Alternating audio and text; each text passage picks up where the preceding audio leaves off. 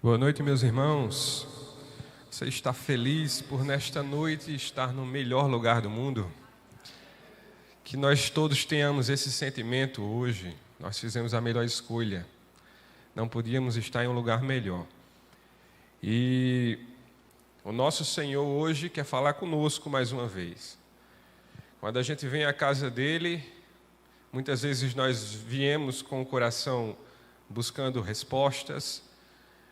E pode ter certeza absoluta que quando você vem com o seu coração aberto, quando você se coloca à disposição do Espírito Santo e vem para a casa dele, busca respostas, algo de bom você vai extrair que vai alimentar o seu coração.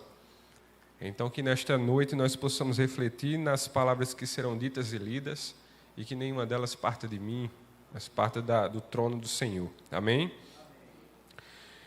Meus irmãos, o tema do sermão de hoje será Atos do Espírito Santo. Atos do Espírito Santo. E por que esse título? Porque nós iremos fazer um breve estudo do livro de Atos dos Apóstolos. Mas que a partir do que nós vamos estudar aqui, nós percebemos que Atos dos Apóstolos poderia muito bem se chamar Atos do Espírito Santo. Afinal, Atos é uma palavra que significa ações. Atos são ações. E todas as ações que nós vemos promovidas no livro de Atos são ações completamente guiadas pelo Espírito Santo de Deus. Vamos começar refletindo no seguinte: o mais importante sempre fica para o final. Você já percebeu isso? Que o mais importante sempre é deixado para o final, até para que se gere uma expectativa, né, sobre aquilo. Se a gente for buscar exemplos disso no mundo, nós vamos encontrar, por exemplo, a cerimônia do Oscar, onde a entrega do prêmio de melhor filme fica para o final, né? Ou, por exemplo, uma formatura de um curso superior, geralmente não, sempre, a formatura acontece no final do curso. Nunca você vai ouvir falar de uma formatura no meio do curso. O mais importante fica no fim. Usando esse raciocínio, você também chega ao pensamento de que, geralmente, as últimas palavras de alguém que está morrendo são palavras importantes, carregam sempre uma mensagem muito importante. Ninguém vai, em suas últimas palavras, pedir para lembrar das roupas que estão no varal, né? Nunca será uma banalidade que será dita. Geralmente são palavras que marcam a vida da pessoa que ouve para sempre. Sendo assim, pensando nessa linha de raciocínio, o que será que Jesus deixou para falar no final? Qual foi a mensagem que ele reservou para o final do seu ministério? Provavelmente é uma mensagem muito importante. E é sobre ela que nós vamos estudar. Abra sua Bíblia no livro de Atos, capítulo 1. Atos, capítulo 1.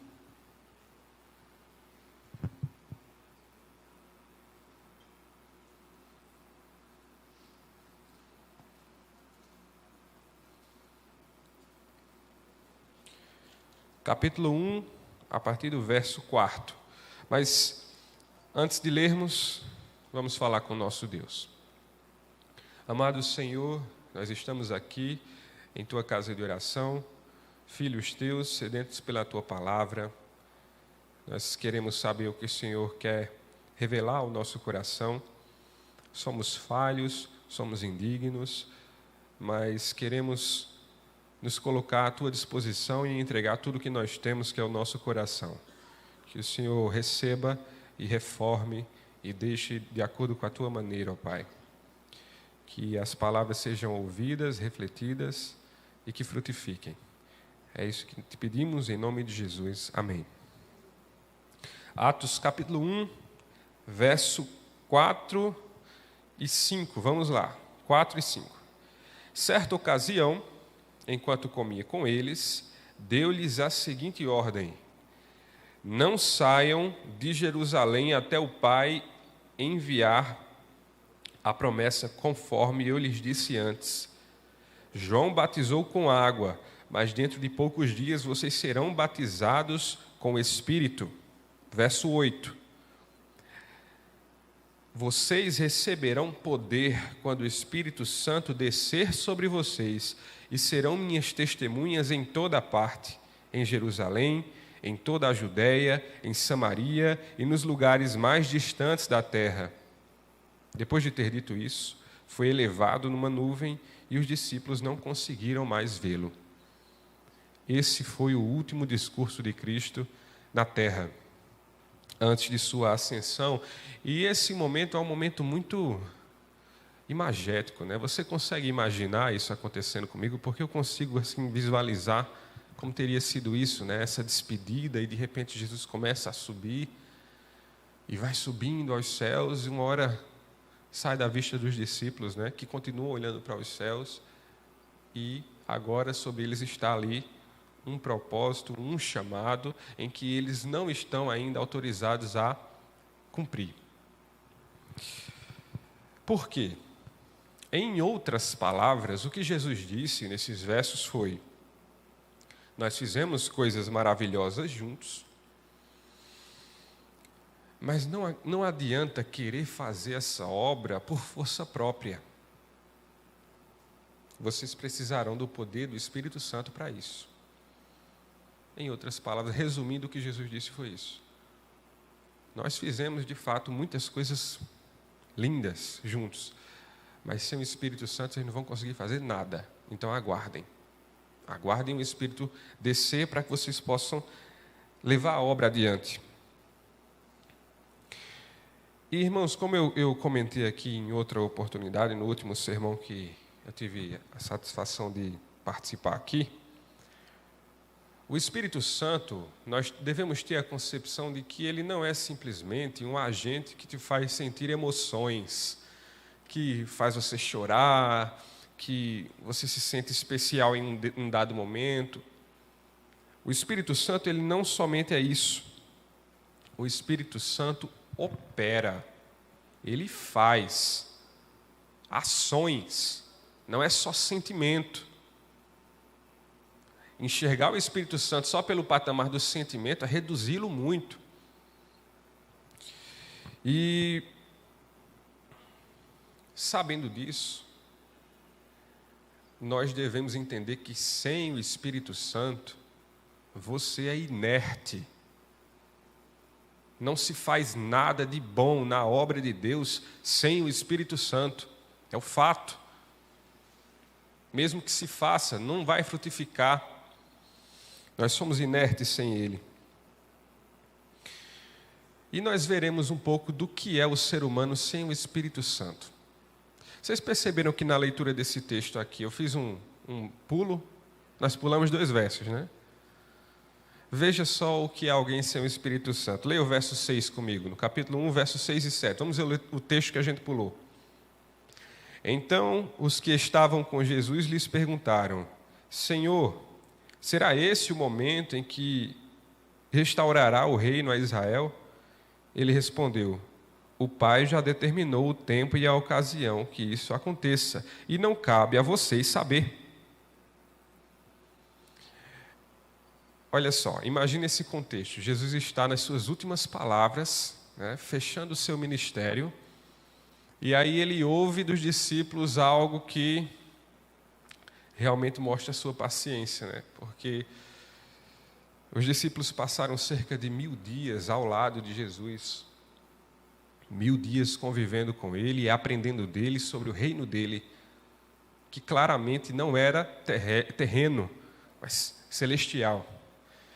Nas suas últimas palavras, ele é interrompido ali, o texto é interrompido, né, por um momento em que um de seus discípulos pergunta sobre: será esse o momento em que restaurará o reino de Israel? Uma dúvida básica ainda, depois de 1000 dias, eles ainda estão na lição número 1. É decepcionante. Mas esses eram os convocados. E eu vejo isso como, até faço uma comparação, né? É como um remédio. Quando você compra um remédio e você quer que ele efetue uma cura em você, se está com dor de cabeça, você ingere.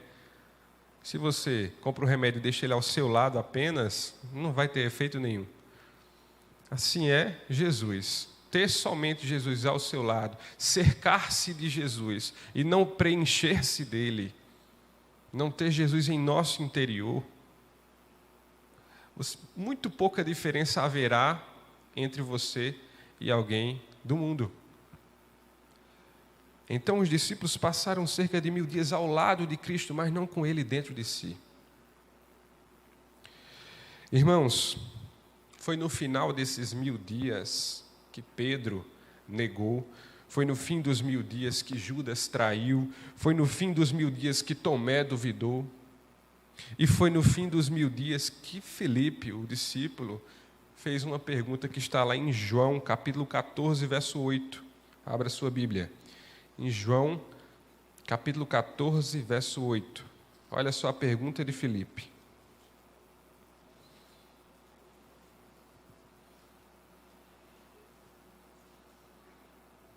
Amém? Filipe disse: Senhor, mostre-nos o Pai e ficaremos satisfeitos. Irmãos, você investe 3 anos da sua vida em alguém, explica tudo para a pessoa, e quando chega a hora de terminar a missão, ainda vem essas dúvidas básicas, isso que já deveria estar muito bem aprendido, né? Como ter paciência numa situação como essa. O nosso Senhor era muito paciente com os discípulos, que inclusive são a representação do que nós somos em muitos momentos da vida. E o que será que Jesus pensou nesse momento? Vamos ver a resposta dele. Olha só, a partir do verso 9. Respondeu Jesus: Filipe, estive com vocês todo esse tempo e você ainda não sabe quem eu sou? Quem me vê, vê o Pai. Então por que me pede para mostrar o Pai? Você não crê que eu estou no Pai e o Pai está em mim? As palavras que eu digo não são minhas, mas de meu Pai, que permanece em mim e realiza suas obras por meu intermédio. É como se ele dissesse: como assim, Filipe? Como assim você está me perguntando? Mostra-nos o Pai. O que eu tenho feito todo esse tempo? O que eu tenho feito? Em Lucas, capítulo 9, verso 51, nós vamos ter mais uma situação que mostra a fraqueza espiritual dos discípulos naquele momento. Lucas, capítulo 9, verso 51.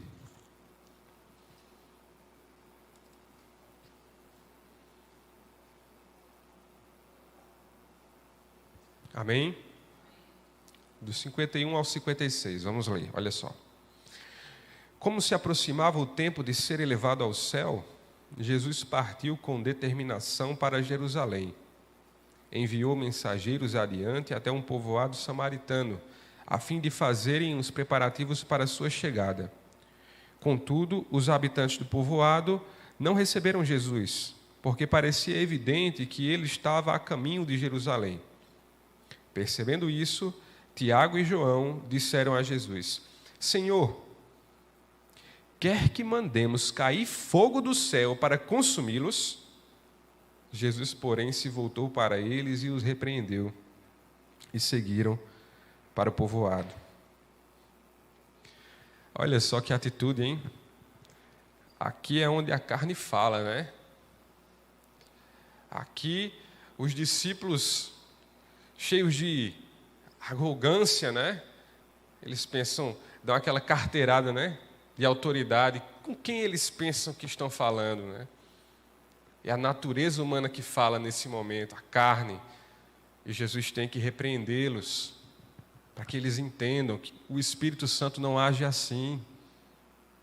O Espírito Santo não nos faz desejar o mal de ninguém.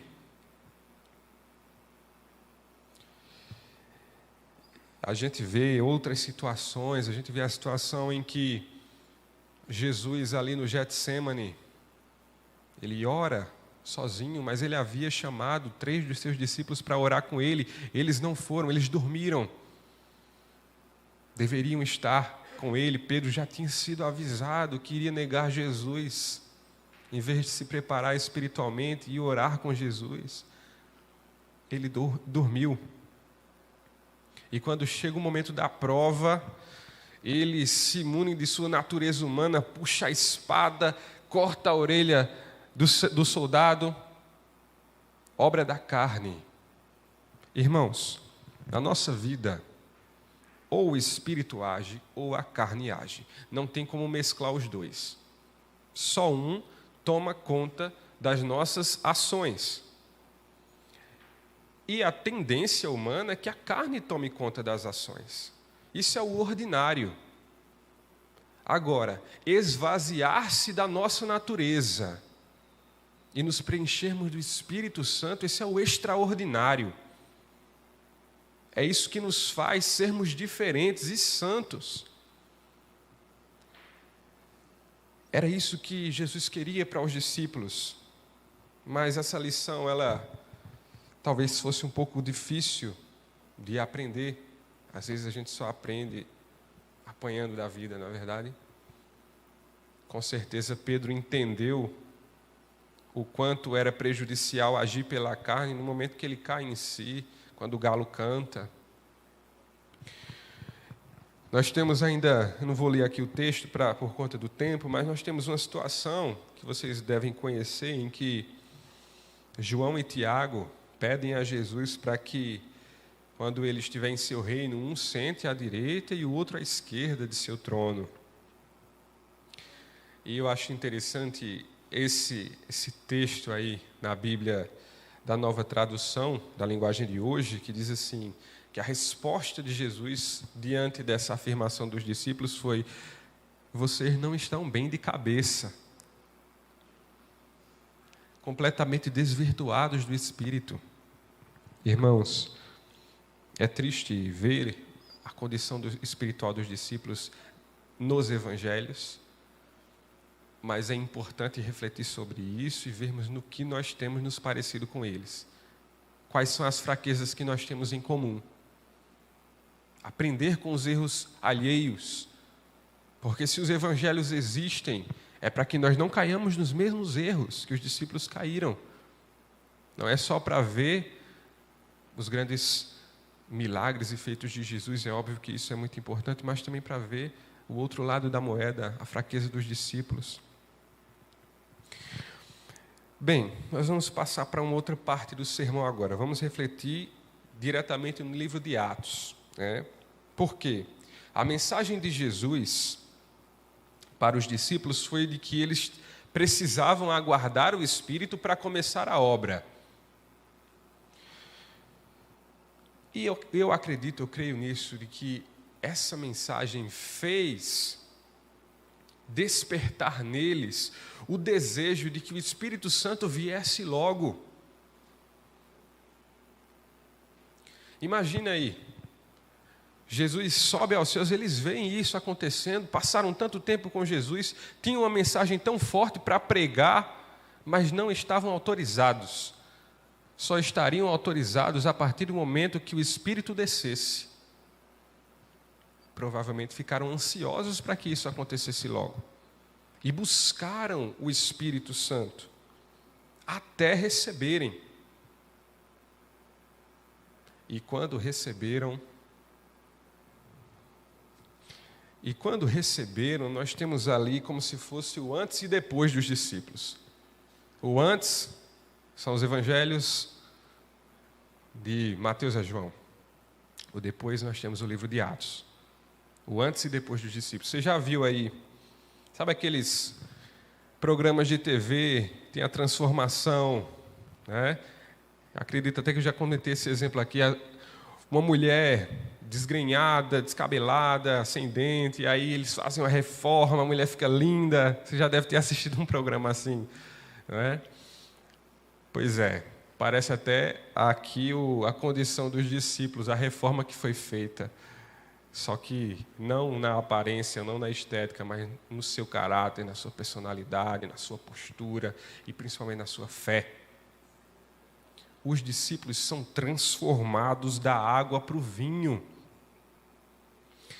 Eu quero que você leia comigo o início dessa transformação. Lá no livro de Atos, capítulo 2. Abra novamente a sua Bíblia. Livro de Atos, capítulo 2, a partir do primeiro verso.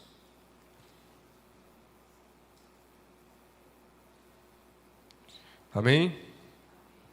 No dia de Pentecostes, todos estavam reunidos num só lugar. De repente veio do céu um som como de um poderoso vendaval e encheu a casa onde estavam sentados. Então surgiu algo semelhante a chamas ou línguas de fogo que pousaram sobre cada um deles.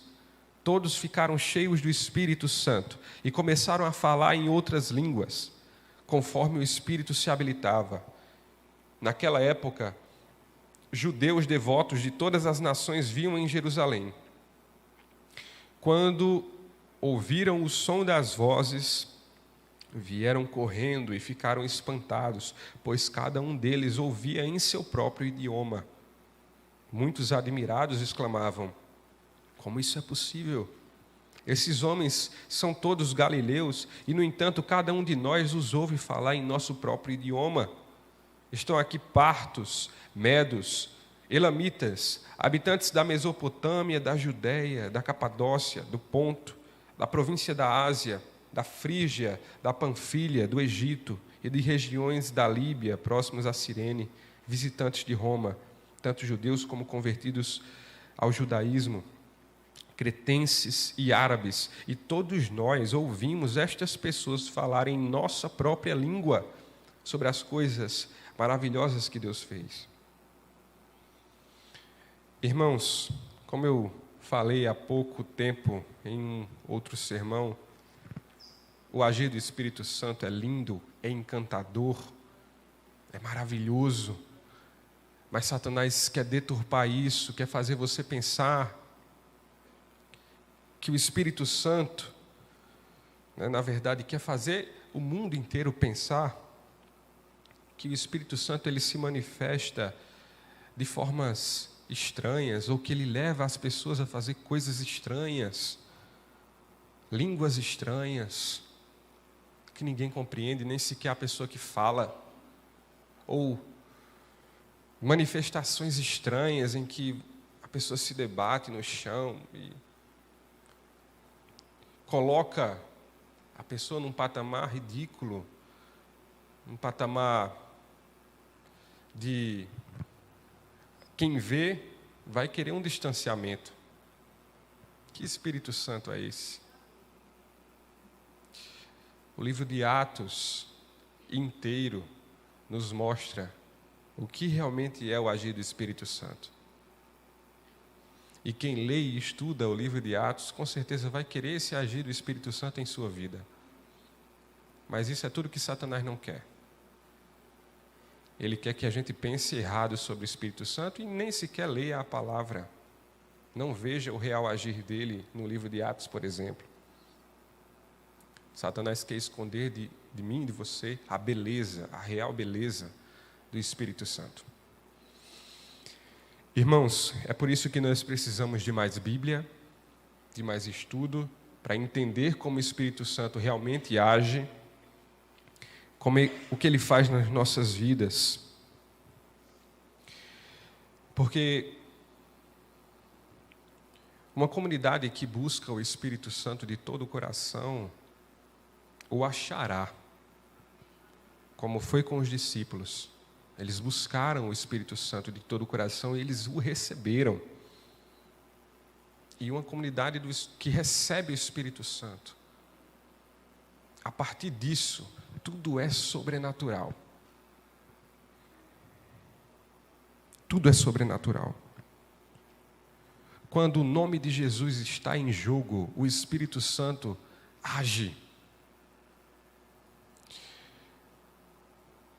Aqui nós vemos, em todos os relatos, infelizmente nós não vamos ter tempo de ver relato por relato do agir do Espírito Santo no livro de Atos, mas nós vemos claramente que quando o nome de Jesus está em jogo, algo sobrenatural acontece, o Espírito Santo age.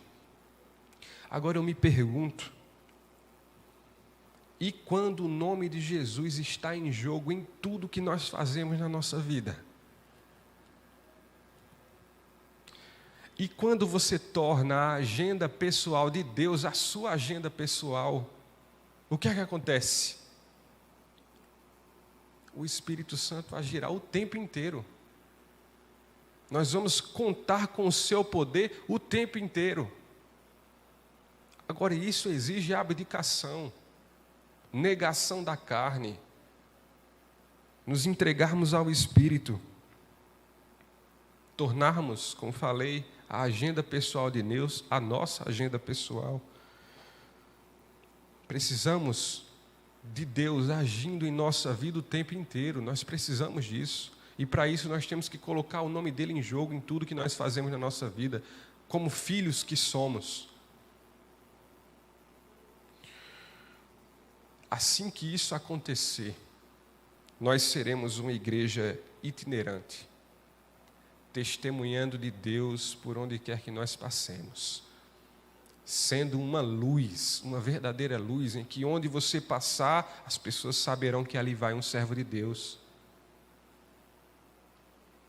É tão simples essa mensagem, irmãos, mas talvez na sua concepção atual exija tanto. Nós simplesmente precisamos nos encaixar no chamado de Deus. Encaixe-se no chamado de Deus. Livro de Mateus, abra a sua Bíblia novamente. Livro de Mateus, capítulo 5. Capítulo 5, verso 15.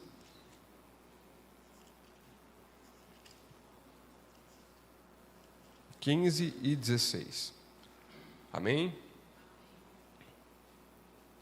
Diz o seguinte: não faz sentido acender uma lâmpada e depois colocá-la sob um cesto. Pelo contrário, ela é colocada num pedestal, de onde ilumina todos que estão na casa. Da mesma forma, suas obras devem brilhar, para que todos as vejam e louvem seu Pai que está no céu. Amém? Irmãos, isso me diz que, se você estiver no intuito certo, que é ganhar o perdido e cuidar do salvo, você receberá o poder. Você terá o poder. Sabe que poder? O poder que o povo de Israel contou por muito tempo. Zombavam do povo de Israel, chovia fogo do céu. Um gigante zomba do povo de Israel, aí o que é que acontece? Um menino mata o gigante com uma pedrada. Isso é sobrenatural.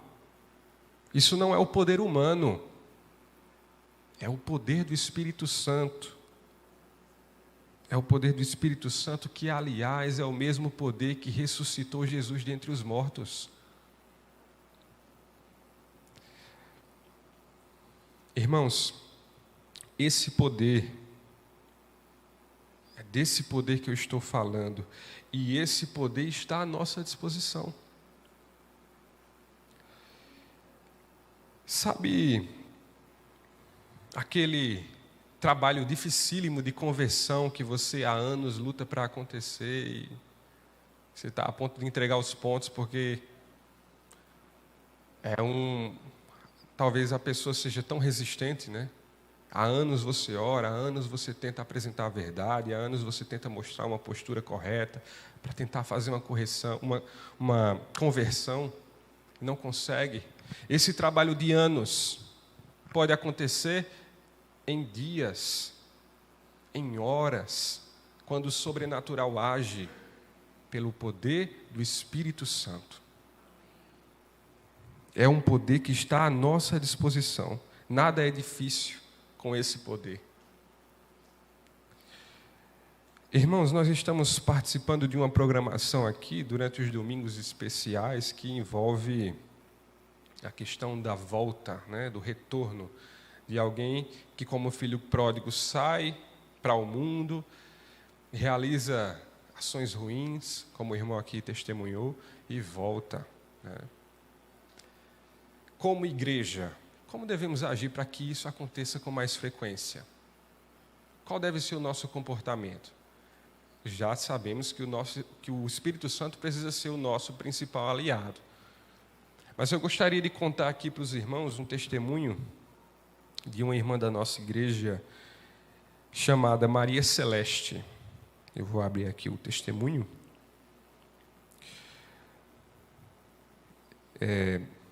A Maria Celeste,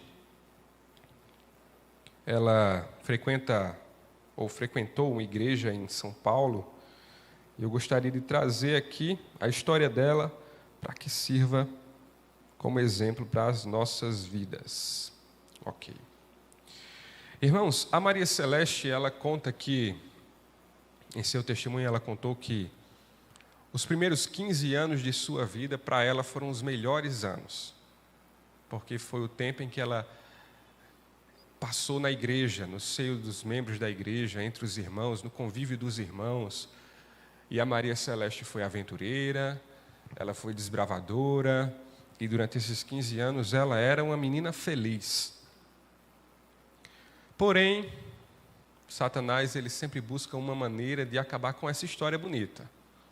Ele já perdeu a batalha, ele quer que nós percamos também.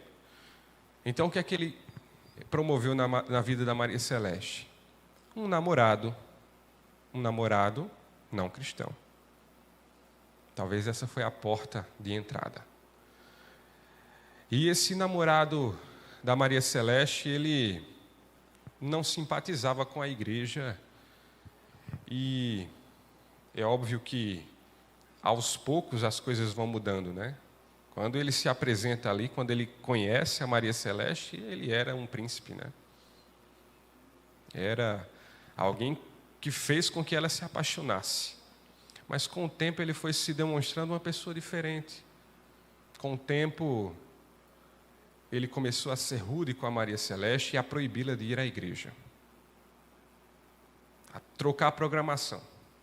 Não vamos para a igreja, vamos fazer outra coisa.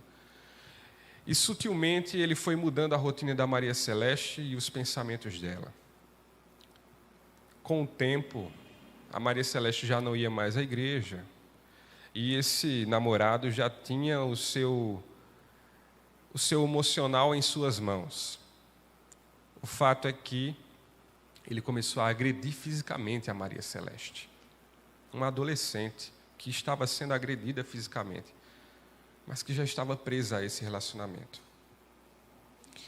Irmãos, por 2 anos, a Maria Celeste esteve com seu namorado. 2 anos. Até que, depois desses 2 anos de relacionamento, aconteceu algo trágico na vida dela. A Maria Celeste foi abusada sexualmente. Abusada sexualmente. E depois disso, ele abandonou ela. E agora se abriu uma ferida na vida da Maria Celeste. Uma ferida dificílima de curar. Agora ela estava longe da igreja, longe do convívio dos irmãos, ferida emocionalmente, e aparentemente é o momento em que Satanás está sorridente nessa história, né? Talvez ali se sentindo vencedor. Meus irmãos, por 5 anos, a Maria Celeste passou longe, distante da igreja, e a história não poderia acabar assim. A igreja precisava fazer algo. O Espírito Santo devia usar as pessoas que faziam parte da sua real família para promover algo. E foi assim que aconteceu. Os jovens da igreja tiveram uma ideia. Vamos escrever cartas para Maria Celeste e vamos colocá-las todas em um baú. E assim nós vamos na casa dela e vamos fazer a entrega dessas cartas. E não somente das cartas, vamos fazer também uma faixa. E nessa faixa tinha-se os dizeres. Deixa eu achar aqui no testemunho. Na faixa tinha escrito assim: não estamos completos, ainda falta você. Olha que ação legal. Pensada e desenvolvida pelo Espírito Santo. Assim eles fizeram. Foram na casa da Maria Celeste, num sábado, carregando a faixa, o baú com as cartas. Quando ela abriu a porta e se deparou com aquilo, aquela sua antiga família, com uma faixa, com aqueles dizeres que tocaram o seu emocional, ela começou a chorar. Segundo o testemunho dela, ela sentiu como um grito do céu, dizendo: eu estou aqui, filha. Eu te amo e você ainda é parte da minha família. Ela se sentiu novamente pertencente. O Espírito Santo alcançou novamente. E só assim ela poderia se curar da ferida que foi aberta. Essa experiência, eu acredito que nos mostra que, nesses testemunhos de retorno, irmãos, nós percebemos que a humilhação, às vezes, ela traz lições de vida. Não sei se você percebeu, mas o mesmo radical da palavra humilhação é o radical da palavra humildade. É a mesma raiz. E talvez a humilhação não seja tão ruim assim, quando nós tiramos dela uma lição de humildade. Enquanto cristãos, a nossa natureza ela precisa morrer todos os dias. Ou seja, nós precisamos ser humildes todos os dias, e muitas vezes a vida vai nos humilhar, para que assim nós sejamos humildes. Precisamos parar de ver as coisas todas as vezes pela perspectiva ruim delas. Porque, meus irmãos, retomando a reflexão sobre os discípulos, foi isso que os discípulos fizeram. Eles perseveraram em Cristo. Eles não deixaram com que aquela experiência que eles tiveram no Pentecostes fosse esporádica, fosse pontual. Eles queriam continuar a serem usados pelo Espírito Santo.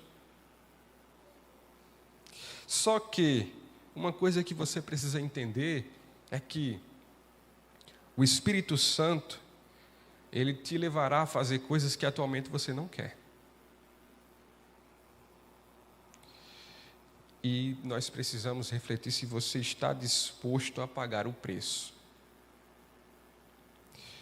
Os relatos bíblicos contam, por exemplo, de que os discípulos chegaram a vender tudo o que tinham em prol da obra, para ações de caridade. Eles negaram completamente a sua natureza, o que eram, deixaram de ser ao extremo. Do filho do trovão ao discípulo amado. Deixaram de ser o que eram ao extremo. A sua natureza morreu. Não restou nada dela. Não restou nada das naturezas dos discípulos. Eu vou só contar aqui o desfecho. O livro de Atos não fala, mas nós sabemos aí, pelos registros históricos, qual foi o fim da vida dos discípulos. Se você quer os detalhes da vida dos discípulos e do ministério deles, eu não vou dar spoiler. Estude o livro de Atos. A gente não vai ter tempo, inclusive, de ler as histórias. Mas o fim delas é: Tiago foi decapitado, né, e a sua cabeça foi dada, né, a Herodes, no ano de 44 depois de Cristo. Mateus foi morto por espada. André, o discípulo André, foi crucificado em uma cruz em formato de X na Grécia. Pedro foi crucificado de cabeça para baixo, porque ele não se achava digno de morrer da mesma maneira que o Senhor. Judas Tadeu foi linchado a golpes de lança, machado e porrete. Bartolomeu foi esfolado vivo e decapitado. O discípulo Filipe, assim como o mestre, foi crucificado e apedrejado. O discípulo Tomé foi transpassado por lanças. Simão, o Zelote, foi morto, cerrado ao meio. Tiago, filho de Alfeu, foi morto apedrejado. nenhuma dessas mortes é rápida. Todas elas são dolorosas, são torturantes, são angustiantes. E eu garanto para vocês que se sobrasse 1% da natureza humana, da carne, nos discípulos, eles não conseguiriam passar por tais provas. Se sobrasse um resquício da antiga carne, eles não conseguiriam. É entrega e reforma completa pelo Espírito Santo. 100%. E nós precisamos ter o mesmo preparo, o mesmo esvaziamento de nós, porque quem vai garantir que nós também não seremos mortos torturados? Quem garante? Se o que nos aguarda é uma perseguição que, segundo o Espírito de profecia, nunca antes foi vista. É urgente o preparo. É urgente a entrega. A cada dia nós vemos o Apocalipse se desenrolando sob os nossos olhos. Em vez de nos prepararmos, nós temos talvez nos entorpecido. E Satanás vai enredando muitos de seus filhos, dos filhos de Deus assim. Quando chegar o momento da prova, quem é que vai falar? É o Espírito ou é a carne?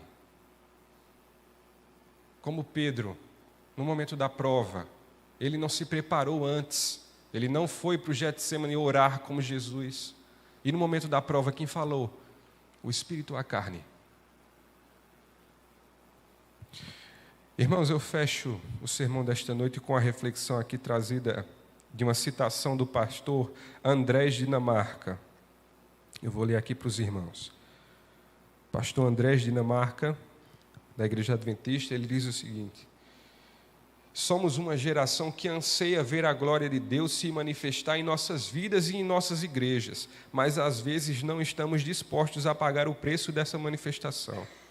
O poder de Deus se tornou palpável em uma comunidade que se encheu dele, que amava passar tempo com ele, que se deleitava em falar dele e viver por ele.